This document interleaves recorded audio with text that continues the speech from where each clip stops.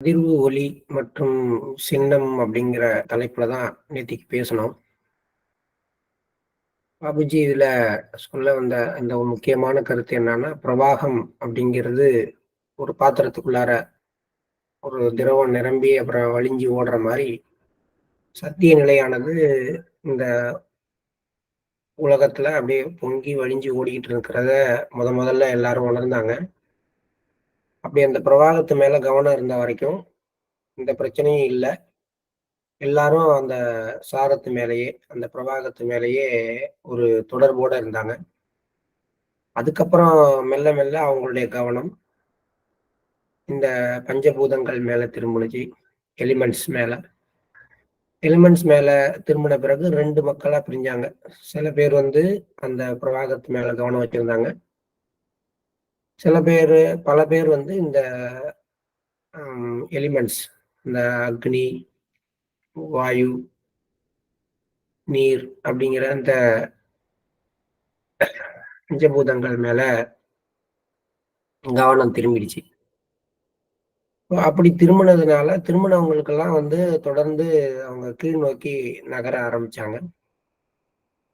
அப்படி நகர ஆரம்பிச்ச காலகட்டம் வந்த பிறகு சத்திய நிலையானது பார்வையிலிருந்து மறைய ஆரம்பிச்சிருச்சு. இதுக்கு அப்புறமேட்டுக்கு இருந்த ரிஷிகள் என்னத்த உணர்ந்தாங்க அப்படின்னா, இந்த உலக இயக்கம் வந்து ஒரு கடைதல் மாரி நடந்துகிட்டு இருக்கு. உருவாக்கம். இந்த கடைதல்ல வருகின்ற தீப்பொறிகள் போல அணுக்கள் உருவாயிட்டே இருக்கு. இந்த சக்தியானது கடைதல் ஒன்றோடு ஒன்று கடைதல் மாதிரியான ஒரு வேலை நடைபெறுகின்ற பொழுது, ஏற்படுகின்ற அந்த மங்கலான ஒலியை அவர்கள் வந்து கவனிக்க ஆரம்பிச்சாங்க. அந்த மங்கலான ஒலிய வந்து பிடித்துக்கொண்டே அது வழியாகவே சாராம்சத்தை நோக்கி போகலாமா, சத்திய நிலையை நோக்கி போகலாமான்னு முயற்சி பண்ணாங்க. எங்கிருந்து ஆரம்பிக்குது இந்த ஒலி அப்படின்னு முயற்சி பண்ணாங்க. அந்த மங்கலான ஒலி அப்படிங்கிறத ஒரு நூலிழை மாதிரியான கனெக்ஷனா எடுத்துக்கிட்டாங்க. அதுதான் மந்திரம். அந்த நூல் இழையினுடைய ஒரு எண்டு உலகத்தோட தொடர்புடையதா இருந்தது.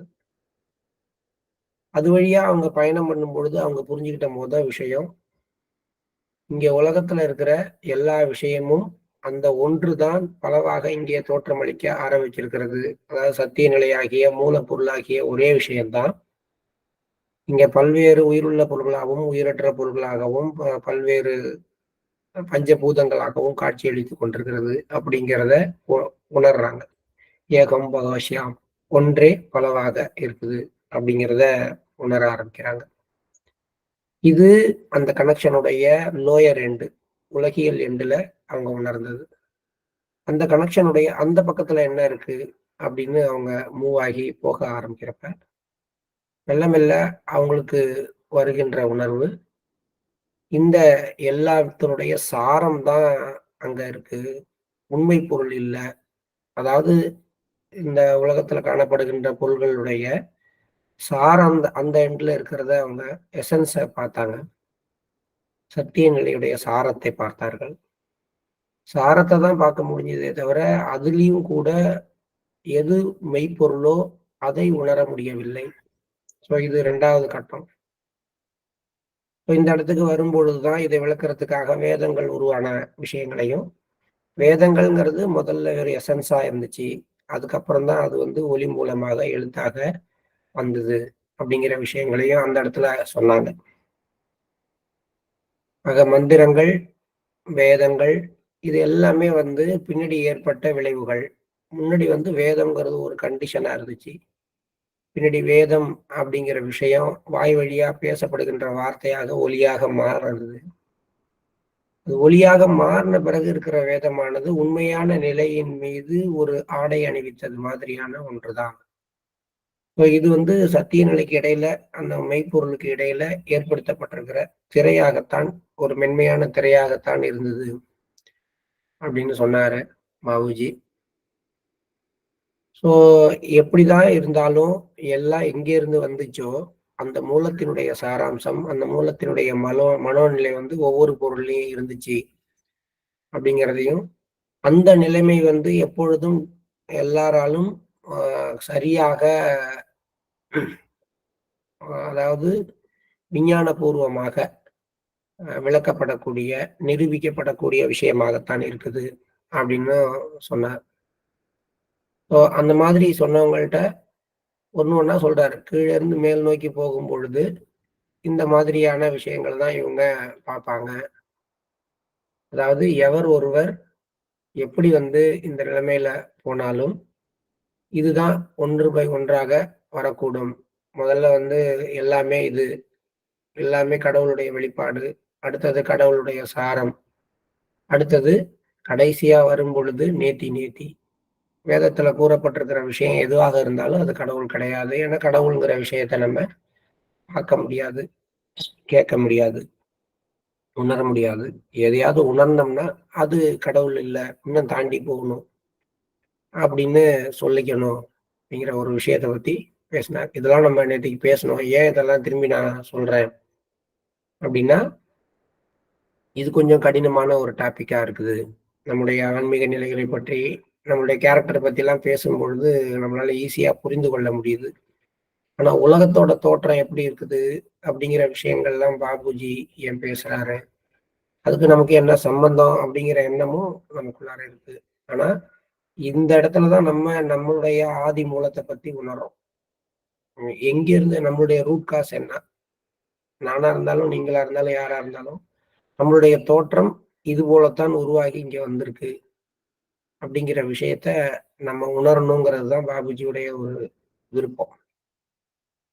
இப்ப இப்படியே ஒருத்தர் உச்சநிலைக்கு போகும் பொழுது அவங்களுடைய கண்டிஷன் எப்படி இருக்கும் அப்படிங்கிறதையும் பாபுஜி காதலன் பலவீனமானவன், காதலி மென்மையானவள், இருவருக்கும் இடையில் உள்ள திரை யார் விளக்குவாங்க அப்படின்னு ஒரு சின்ன ஒரு கப்லெட் அதை சொல்லி சொன்னார்.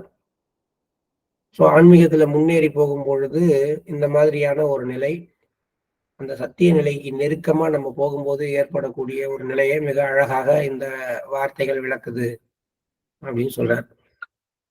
இது வரைக்கும் நேத்திக்கு நம்ம படிச்சிருந்தோம். மனிதன் முதன் முதலாக பிறந்தபோது அவன் பரிபூரணமானவனாக இருந்தான் என்பது நம் கருத்து. ஆகையால் ஆதிமூலத்தின் மேல் பார்வையை திருப்ப இடையூறாக இருக்கும் இந்த முடிச்சுகள் அனைத்தும் மனிதர்களால் மட்டுமே உருவாக்கப்பட்டவை என்பது வெளிப்படை. மனிதனது செயல்கள் அவனுக்குள்ளேயே ஒரு உலகத்தை உருவாக்கி இருக்கிறது. அதாவது நம்மை நிர்மாணித்தவன் நம்மை தூய்மையாகவும் பளிங்கு போல் தெளிவாகவும் தான் அனுப்பி வைத்தான். மிக சிறப்பாக பணிபுரிபவரின் அடையாளம் அதுதான். இதில் படிந்துவிட்ட அழுக்குக்கும் குப்பைகளுக்கும் நாம் தான் பொறுப்பு. நாமேதான் சம்ஸ்காரங்களை, எண்ண பதிவுகளை உருவாக்கி கொண்டோம். அவைதான் உரைகளுக்கு மேல் உரைகளாக ஆகி கூட்டிற்குள் இருக்கும் பட்டுப்புழுவைப் போல நம்மை முழுமையாக மறைப்பதில் வெற்றியும் அடைந்து விட்டன. இதுதான் நம்முடைய பிரசன்ட் கண்டிஷன். இதுக்கு ஃபுல்லா நம்ம தான் காரணம். இப்ப நம்ம எடுத்திருக்கிற உடம்புக்கும் இப்போதைக்கு நம்ம கிட்ட இருக்கிற எல்லா விஷயங்களுக்கும் காரணம் நாமே. ஏன்னா படைப்பின் முதல் உருவாக்கத்தின் போது நீங்கள் நானும் பளிச்சுன்னு இருந்தோம், பளிங்கு போல தெளிவாக இருந்தோம், கிறிஸ்டல் லைட் கிளியரன்ஸோட இருந்தோம். ஆனா அதுக்கப்புறமேட்டுக்கு இதெல்லாம் எப்படி வந்துச்சு? எனக்குள்ளாரையும் உங்களுக்குள்ளாரையும் நம்மளால தான் வந்திருக்கு, வெளியில இருந்து வரல. ஸோ இப்ப நம்ம ஒரு கூட்டுப்புழுவை போல இருக்கிறோம். சத்தியமாகிய மகா சமுத்திரத்திலிருந்து வெளிவந்ததால் நாம் உச்சி முதல் பாதம் வரை சத்தியமாக மட்டுமே இருந்தோம். இப்பயும் அப்படிதான் இருக்கும். ஆனா அது மேல அவ்வளவு திரைகள் இருக்கு. அடிப்படையில் நமது நிலை அதுவாகவே இருந்ததால் நமது பார்வை எந்த தடையுமின்றி நேரடியாக சத்தியத்தை பார்க்க முடிந்தது. எதனுடைய சாராம்சமாக எதிலிருந்து நாம வெளிவந்திருக்கோமோ அதை நம்மளால உணர்றதுங்கிறது எப்பயும் கஷ்டம் கிடையாது. ஸோ நம்மளால அதெல்லாம் முடிந்தது. மற்றும் வேதங்களின் வடிவமாக கருதப்படும் அந்த சத்தியத்தை பற்றிய ஞானமும் அந்த நிலையில நம்ம வெளிவந்த நிலையில இருந்தது. வடமொழியானது மிகவும் இயற்கையானது என்று சொல்லப்படுகிறது. காரணம் என்னவெனில் அதுதான் ஆரம்பமாக இருந்தது மற்றும் உரையாடுவதற்காகவும் பரஸ்பரம் ஒருவரை ஒருவர் புரிந்து கொள்வதற்காகவும் தாங்கள் என்ன உணர்ந்தார்களோ அதற்கேற்ப அவர்கள் நாவசைவு இருந்தது. ஒரு சான்ஸ்கிரிட் பத்தி சொல்றார். அதுல இருக்கிற அந்த அசைவு, அந்த வார்த்தைகள் எல்லாம் எப்படி இருந்துச்சுன்னா, சத்திய நிலையோட அதிர்வை ஒத்து இருந்தது. காரணம் என்னன்னா, அத ஃபீல் பண்ணி அவங்க அதுலேருந்து வரக்கூடிய வார்த்தைகளை என்ன உணர்ந்தார்களோ, அதை அப்படியே அசைவாக மாற்றி அவர்கள் வெளிப்படுத்தினார்கள். வடமொழியின் அகரவரிசையை நீங்கள் ஆழ்ந்து சிந்தித்துப் பார்த்தால், அதில் வரும் ஒலியின் ஏற்ற இறக்கங்கள் இயற்கையான அதிர்வுகளின் வடிவில் இருப்பதை காண்பீர்கள். சான்ஸ்கிரிட்ல இருக்கக்கூடிய அந்த ஸ்லோகன், அந்த அகரவரிசை, அது அந்த மாதிரி இருக்கும் அப்படிங்கிறாங்க. எனக்கு சான்ஸ்கிரிட் தெரியாது. ஆனா பாபுஜி சொல்றார், வடமொழியில இருக்கக்கூடிய அந்த வார்த்தைகளுடைய, அந்த எழுத்துக்களுடைய ஒலியானது ஆதி மூலத்தினுடைய அந்த அதிர்வுல இருந்து சத்திய நிலையினுடைய அதிர்வுகளை ஒத்ததாக, அது மண்ணுக்கு வெளிப்படும் பொழுது, பூலோகத்துக்கு வெளிப்படும் பொழுது அந்த அதிர்வுகள் எப்படி ஒலியாக மாறணுமோ அந்த விதமாக இருப்பதாக பார்க்கலாம் அப்படின்னு சொல்லியிருக்காரு. மேலும் அந்த மொழியில் ஒவ்வொரு ஒலியின் அதிர்வையும் உணர்ந்து எழுதியிருக்கிறார்கள். இப்போ அதை அவங்க என்ன பண்ண ஆரம்பிச்சாங்க, அந்த அதிர்வை தான் உணர்ந்து அதை ஒலி வடிவமாகவும் பின்னர் அதை வரி வடிவமாகவும் ஆக்கி இருக்கிறாங்க. அதனாலதான் அதை தேவநாகரி அல்லது தெய்வீக பாஷை அப்படின்லாம் அவங்க சொல்றாங்க. எந்த ஒரு குறிப்பிட்ட மொழியிலும் அவர்களுக்கு தெய்வீக வெளிப்பாடுகள் வரவில்லை. அடுத்த கண்டிஷனுக்கு வர என்ன பாபுஜி சான்ஸ்கிரிட் மட்டும்தானா, அப்ப மற்ற மொழிகள்லாம் என்னன்ற கேள்விகள் நமக்கெல்லாம் வரும் பொழுதே சொல்றார். ஆனால் தெய்வீக வெளிப்பாடுகள்ங்கிறது எந்த ஒரு மொழிக்கும் சொந்தமானது இல்லை. ஒரு நேரத்துல உலகத்துல ஒரு பகுதியில ஒண்ணு உருவானுச்சுன்னா அதுவே எல்லா பகுதிகள்லயும் அதே மாதிரி வெவ்வேறு விதங்கள்ல வெளிப்பாடுகளை உருவாக்குது. ஏன்னா நம்ம எல்லாரும் ஈவனாக அதிர்வு கொண்டுள்ள மனித பிறவிகள்.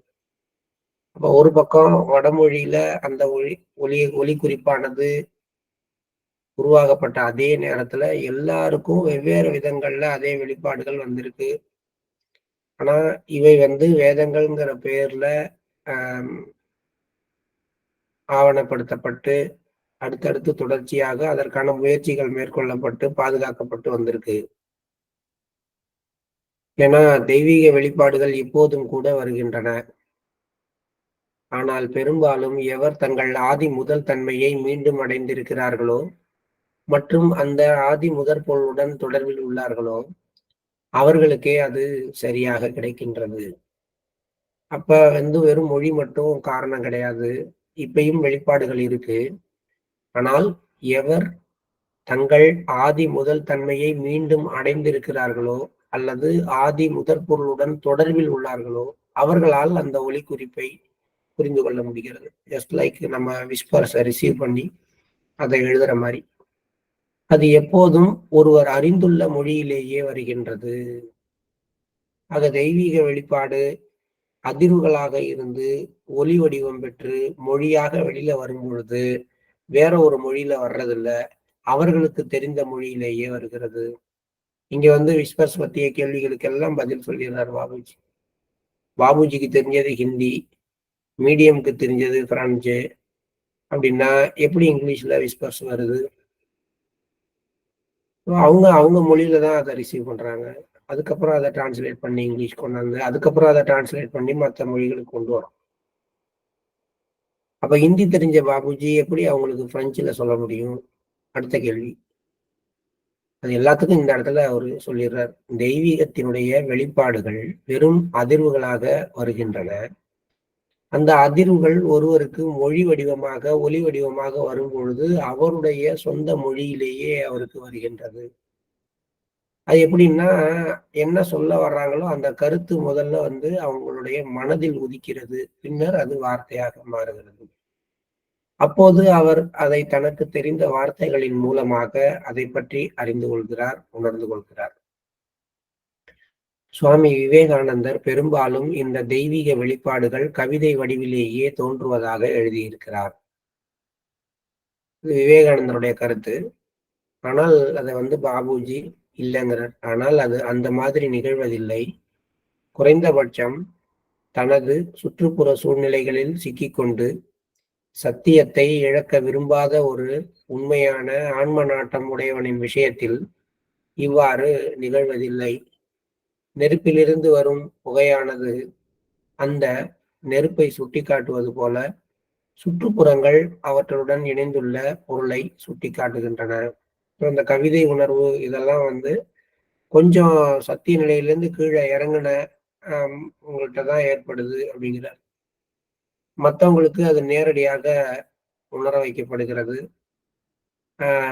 அதுக்கு எடுத்துக்காட்டும் சொல்றாரு. ஒரு இடத்துல நெருப்பு இருக்குன்னா அதோடு தொடர்பு கொண்டுள்ள பொருள்களோட அது சேர்ந்து ஒரு புகையை உருவாக்குது. புகை இருந்துச்சுன்னா அந்த இடத்துல நெருப்பு இருக்குன்னு நம்ம உணர்றோம். அது மாதிரி இந்த விஷயங்கள் எல்லாம் இவங்களுடைய வெளிப்பாடுகள் எல்லாம் ஒரு விஷயத்தை தான் உறுதியாக்குது. There is a state of reality அப்படின்னு சொல்றார். ஸோ அந்த அதிர்வு, ஒலி மற்றும் சின்னம் அப்படிங்கிற இந்த டாபிக்ல சின்னம் அப்படிங்கிற விஷயத்தை பத்தி பாபுஜி என்ன எழுதியிருக்காருங்கிறது எனக்கு புரியல. நீங்க எல்லாம் ஒரு தடவை படிச்சு பாருங்க.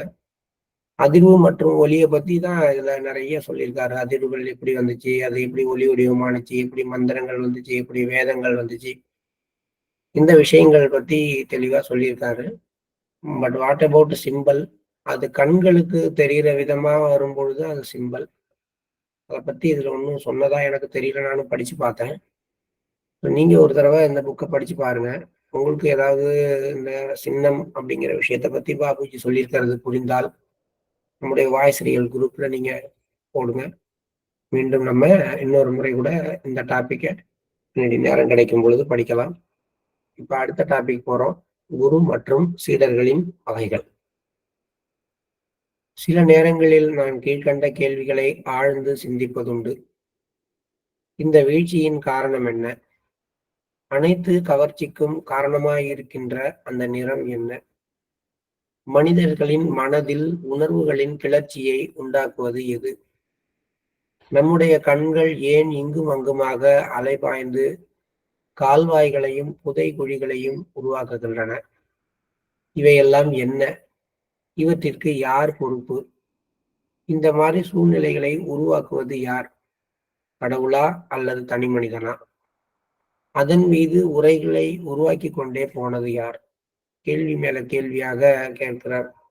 இந்த கலர் ஆஃப் லைஃப், நமக்குள்ளார வரக்கூடிய பேஷன், நமக்குள்ளார இருக்கக்கூடிய எமோஷன்ஸ், நம்முடைய ஆசிலேஷன், நம்முடைய ஃப்ரஸ்ட்ரேஷன், நம்ம சிக்கி கொள்ளக்கூடிய அந்த பிரச்சனைகள், நம்ம மேல உருவாக்கக்கூடிய அந்த ஆவரணாசனம் சொல்லக்கூடிய உரைகள், இது எல்லாத்துக்கும் யார் காரணம், யார் காரணம், யார் காரணம்னு நான் கேட்டுக்கொண்டே இருக்கிறேன், சிந்தித்துக் கொண்டே இருக்கிறேன்.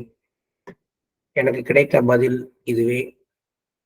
நாம் சுதந்திரத்தை, அதாவது உண்மையான சுதந்திரத்தை அடைய வேண்டும் என்பதற்காக கடவுள் நம்மை படைத்திருக்கிறார். ஆனால் காலப்போக்கில் நடைபெற்ற நிகழ்ச்சிகள் இதன் போக்கை ஒட்டுமொத்தமாக ஒரு வேறுபட்ட வழியில் திருப்பிவிட்டன. நமது மனம் ஆதி விடுதலை நிலையிலிருந்து விலகி புலன்களை நோக்கி ஓட ஆரம்பித்தது. அதனால் நமக்கு கிடைத்த அபரிமித சுகமும் அதை ஊக்குவித்தது. புலன்களை நோக்கி நாட்டம் கொண்டிருந்தவர்கள் அதிலேயே லயித்து போனார்கள். அதிலிருந்து அவர்கள் வெளிவந்தால் கூட தங்கள் புலன் உணர்வுகளை திருப்திப்படுத்தக்கூடிய, ஊக்குவிக்கக்கூடிய விஷயங்களை மட்டுமே அவர்கள் உருவாக்கினார்கள். அவற்றை மீறி அவர்களால் மேலே எழும்ப முடியவில்லை. இது நம்ம பெருசா புலன் உணர்வு அப்படின்னோடனே ஒரு செக்ஸு, ஒரு இல்லை வந்து நாக்கினுடைய ருசி அப்படிலாம் நம்ம எடுத்துக்க வேண்டியதில்லை. தியானத்தையே எடுத்துக்கலாமே. தியானத்தையே எடுத்துக்கிட்டோம்னா கண்ணை மூடி சத்திய நிலையை நோக்கி நம்ம போறதுக்கு முயற்சி பண்றது வந்து அந்த ஆதி நிலையோட ஒட்டுறதுக்கான முயற்சி. ஆனா அதுக்கு பதிலாக கண்ணை திறந்துட்டு ஒரு ஒரு புக்கை படிக்கிறது, இல்லைன்னா ஒரு மந்திரம் சொல்றது, இல்லைன்னா ஒரு யோகா பண்றது, இதெல்லாம் வந்து புலன்கள் நோக்கிய முயற்சி. ஸோ நம்மள யோகா பண்ண சொன்னா நல்லா இருக்கு, யாராவது இதை பத்தி பெருசா பேசுனா காதால கேட்கறதுக்கு நல்லா இருக்கு அப்படின்னா நம்ம மனது புலன்களை நோக்கி ஓட ஆரம்பிக்கிறது. யார் பேசுறத கேட்கலாம், இவங்க பேசுறத கேட்கலாமா, அவங்க சொல்றத கேட்கலாமா, இல்ல இதை பத்தி ஏதாவது எங்கேயாவது ஏதாவது நாடகம் போட்டாங்கன்னா பார்க்கலாமா, கதா காலட்சேபத்தை கேட்கலாமா, இல்ல கடவுளுடைய பெருமையை பேசக்கூடிய அளவுக்கு யாராவது பாட்டு பாடினாங்கன்னா கேட்கலாமா? இல்ல பாட்டு பாடி கேட்கறது, இல்ல படிக்கிறத கேட்கறது, இல்ல ஒரு அது சம்பந்தமான ஒரு நாடகத்த பார்க்கறது, இல்ல மந்திரம் ஓதுறது, இல்ல ஹடயோகம் பிராக்டிஸ் பண்றது, பிராணாயாமம் பண்றது. இது எல்லாத்துலயும் உங்களுக்கு ஏற்படுகின்ற உணர்வுகளை எல்லாம் உணர்வது யாருன்னு கேட்டா உங்களுடைய புலன்கள். அப்ப அந்த புலன்களை பயன்படுத்தி இதுக்கான முயற்சிகளை செய்யும்பொழுது சுகமா இருக்கு. அந்த சுகத்துக்காக அத செய்றாங்க. ஆக மனித மனமானது இதுல இருந்தெல்லாம் விலகி சத்திய நிலையில ஒட்டி நிக்கிறதுக்கு பதிலாக, சத்திய நிலையை அடைவதற்கு இதெல்லாம் தேவைன்னு தன்னைத்தானே ஏமாத்திக் கொண்டு இதுலலாம் மாட்டிட்டு இருக்கு. அதுல இருக்கிற உச்சபட்ச ஏமாத்துகின்ற நிலைமைகள் தான் இந்த யோகா, இந்த பிராணாயாமம், இந்த மாரி விஷயங்கள் எல்லாம். இது வந்து இதனுடைய இன்னொரு பார்ட் நான் சொல்றது.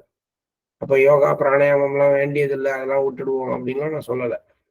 பட் நம்ம அத எதுக்காக செய்றோம்னு பார்த்தீங்கன்னா, நல்ல முன்னேற்றம் அடைந்த பிரிசெப்டர்கள் வரைக்கும் எல்லாருமே என்ன நெனைக்கிறாங்கன்னா, இதெல்லாம் செய்தால் ரொம்ப நல்லா இருக்கு. எது நல்லா இருக்கு? எதுக்கு நல்லா இருக்குன்னு கேட்டா, உடம்புக்கு நல்லா இருக்கு. இதெல்லாம் செய்யாமல் தியானம் செய்தாலும், இதெல்லாம் செஞ்சுட்டு தியானம் செய்தாலும், ஆன்மாவுக்கு ஒரே எஃபெக்ட் தான். பட் மத்த எஃபெக்ட்ட ஃபீல் பண்றது எதுன்னு கேட்டா, உடம்பு தான். ஸோ உடம்புக்காக தான் இத செய்றோம். இந்த இந்த குவாலிட்டீஸ்ல நம்ம இந்த ஒரு டேஸ்ட்ல நம்ம உள்ளுக்குள்ளார போயிடக்கூடாது அப்படிங்கிற விஷயத்த நம்ம எப்பயுமே மனசுல வச்சுக்கணும். நான்லாம் இந்த யோகா சொல்லிக் குடுக்குற காலகட்டங்கள்ல காலையில 5 மணிலேருந்து 6 மணி வரைக்கும்லாம் நம்ம செஞ்சோம்.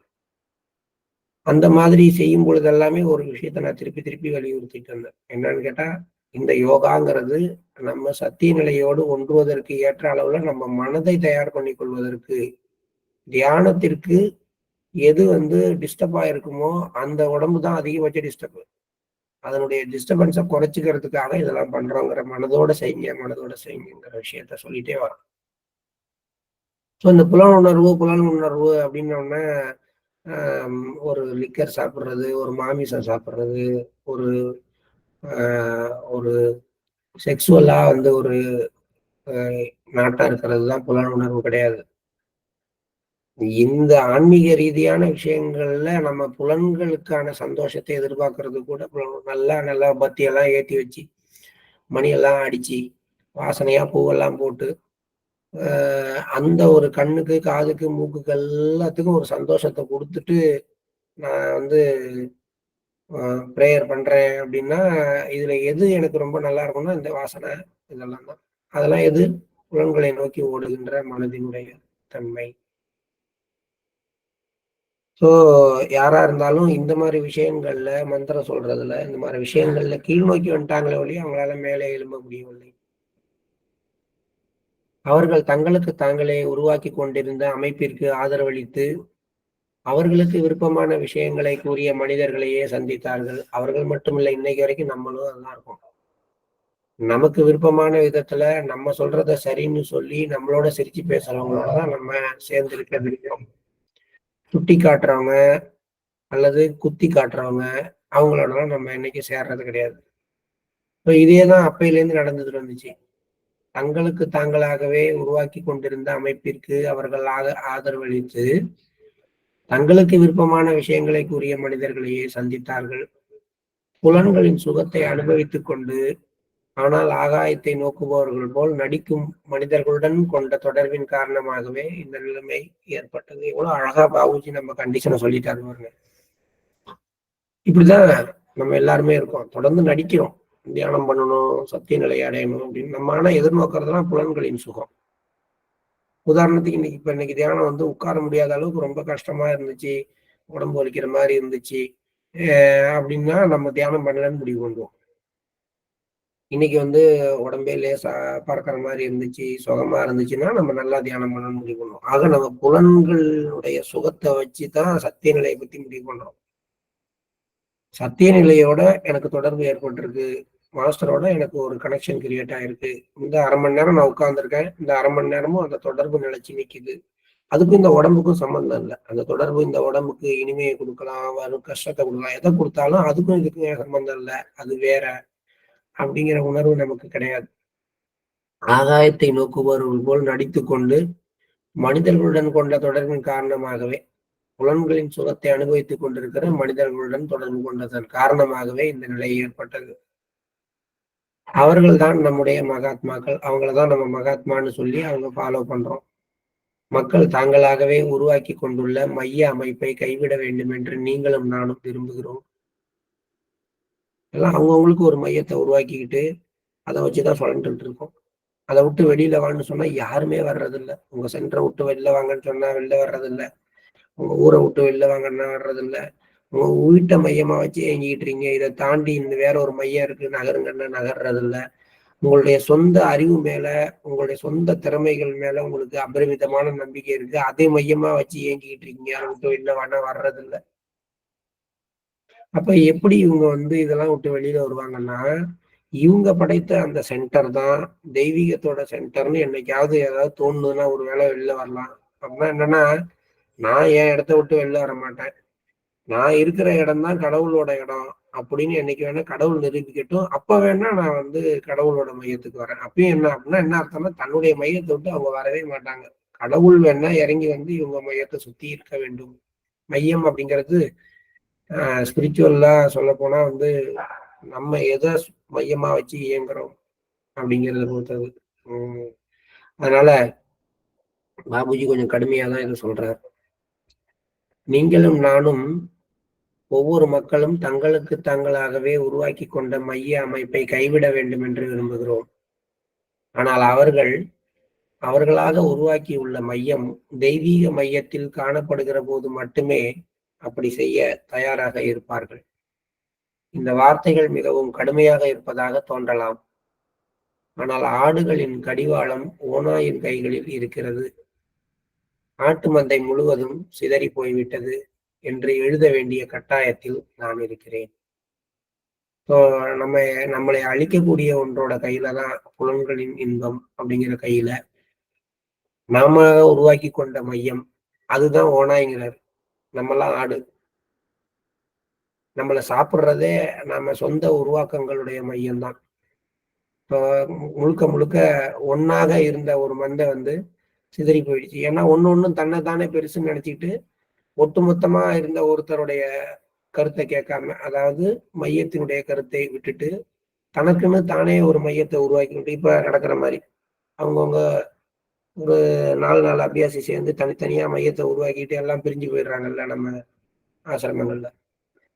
அப்புறம் பாத்தீங்கன்னா அவங்க ஒண்ணும் சேர மாட்டாங்க. அவங்க சென்டர் தான் பெருசு அப்படின்னு அப்படியே போயிட்டே இருப்பாங்க. இது ஒரு எல்லாமே மையத்தை வைத்துக்கொண்டு இயங்குவதில் தவறில்லை. ஆனா அடுத்து அதை விட பெரிய மையத்தோட எப்பயும் ஒட்டி இருக்கணுங்கிற ஒரு உணர்வு போயிடுது. எல்லாத்துலயும் ஒரே விஷயம்தான் வெளிப்படுது. அது ஆன்மீகமா இருந்தாலும், மிஷனா இருந்தாலும், வீடா இருந்தாலும். வீட்டுல பாருங்க, எல்லாரும் கூட்டு குடும்பமா இருக்கிறப்ப ஒரே மையம். ஒவ்வொருத்தரும் தனித்தனியா போயிட்டா தனித்தனி மையம். தனித்தனியா போனா தப்பு கிடையாது. தனித்தனியா போனாலும் எல்லாரும் ஒரு மையத்தை சார்ந்தவங்க. அந்த வீடுங்கிறது ஒண்ணுதான் அப்படிங்கிற அந்த மையத்தை வச்சிருக்கோம்னா வச்சுக்கிறது இல்லை. ஸோ நாம உருவாக்கி கொண்ட மையம் நம்மளை பிரிச்சுக்கிட்டே போகுது. அதான் ஆடுகளின் கடிவாளம் ஓநாயின் கையில் ஆடு மந்தை முழுவதும் சிதறி போய்விட்டது. பாபுஜி ஒரு பெரிய கவிஞர் மாதிரிதான் எனக்கு தெரியுது அவர் சொல்றதெல்லாம் பார்க்கும்பொழுது. சகோதரரே, இப்போது பொதுவாக நம்மிடையே இருக்கும் ஒவ்வொரு விஷயத்திற்கும் பொறுப்பாளியாக இருக்கும் பலவித பெரிய மனிதர்களையும் அவர்களில் நாம் குருவாக கருதும் சில வகையினரையும் பற்றி சிந்தியுங்கள். இப்போ நம்ம யாரெல்லாம் குருன்னு ஏத்துக்கிட்டு இருக்கோம், யாரெல்லாம் பார்த்து குருன்னு சொல்றோம், அவங்களுடைய டைப்ஸ் என்ன அப்படின்னு கொஞ்சம் சிந்திப்போம் அப்படின்றாரு. இந்த டைப்ஸ் எல்லாம் என்ன அப்படிங்கிறத அடுத்த ஒரு நிகழ்ச்சியில நம்ம பார்க்கலாம்.